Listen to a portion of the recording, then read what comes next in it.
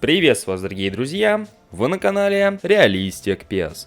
На самом деле не успели оглянуться, как уже декабрь подходит к концу, а как вы все должны помнить, на декабрь у нас были очень даже неплохие ожидания. Ну знаете, там оффлайн режимы, кроссплатформенность и все в таком роде. Намеки на что-то подобное в этом месяце уже были, однако они были с версии 2.3.0, которую перенесли и дату которой уже успели объявить. Обо всем этом и не только предлагаю поговорить в рамках сегодняшнего видео. Не забывайте поддерживать это видео своими лайками, подписывайтесь на канал, если находитесь здесь впервые, ну и в комментариях делитесь своим мнением. Ну а мы начинаем.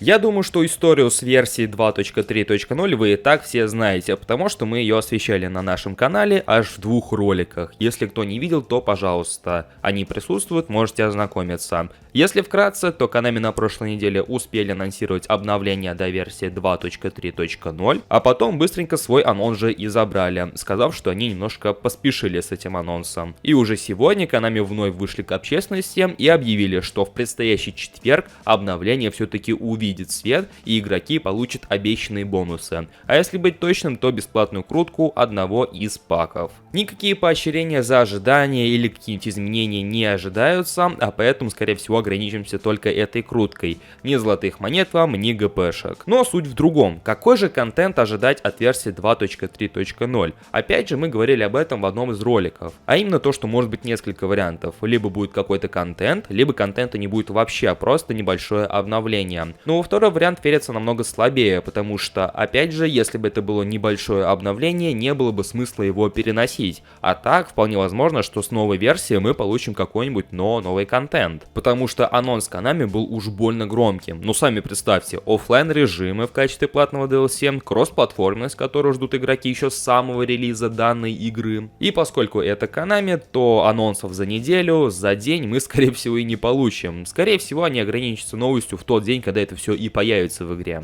Если из всего этого перечисленного контента мы в четверг не увидим, то скорее всего в этом году уж точно не стоит ожидать в игре. Потому что следующая неделя последняя, и она скорее праздничная, нежели какая-то продуктивная. И поскольку сезон в eFootball закончится только в 10 числах января, уже только после этого момента стоит что-то ожидать. В таком случае получается, что Konami вновь провалились со своими анонсами и со своей небольшой дорожной картой, которую они анонсировали еще в конце мая. Но с другой стороны, это же Konami, и им не привыкать. Учитывая, какие проблемы испытывают разработчики при создании контента, при тестировании, при релизе этого контента, раз они переносят этот самый контент, дают понять о том, что не все так гладко и, скорее всего, стоит готовиться к подобным переносам. С другой стороны, это будет и логично, потому что, опять же, завершение сезона будет в январе, а выпускать подобный крупный контент в конце сезона на самом деле не особо-то и логично. Другое дело выпустить это все с помпой в начале третьего сезона в рамках eFootball 2023. Хотя, с другой стороны, будет ли третий сезон иметь такую же обширную вывеску, по крайней мере на словах, или же будет просто тихий обычный сезон с какими-то зимними обновлениями рейтингов и тому подобным. Как бы то ни было, продолжаем следить за развитием событий в нашей группе ВКонтакте и Телеграм-канале. Ну и, конечно же, на этом канале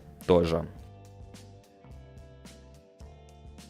Итак, дорогие друзья, в комментариях под этим роликом я буду ждать ваше мнение касаемо всего услышанного, что вы думаете насчет этого обновления, какие опять же у вас ожидания, ждете ли вы кроссплатформенность в конце этого года или же потеряли все надежды на данный контент в этом году. Обязательно отпишите в комментариях. Также не забывайте поддерживать это видео своими лайками, поскольку это способствует продвижению видео. Ну и если вы здесь впервые, то конечно же подписывайтесь и прожимайте колокольчик для уведомлений. У меня же на сегодня все. Я всех благодарю за просмотр и желаю вам удачи в eFootball, ну и как бы то ни было. До скорых встреч!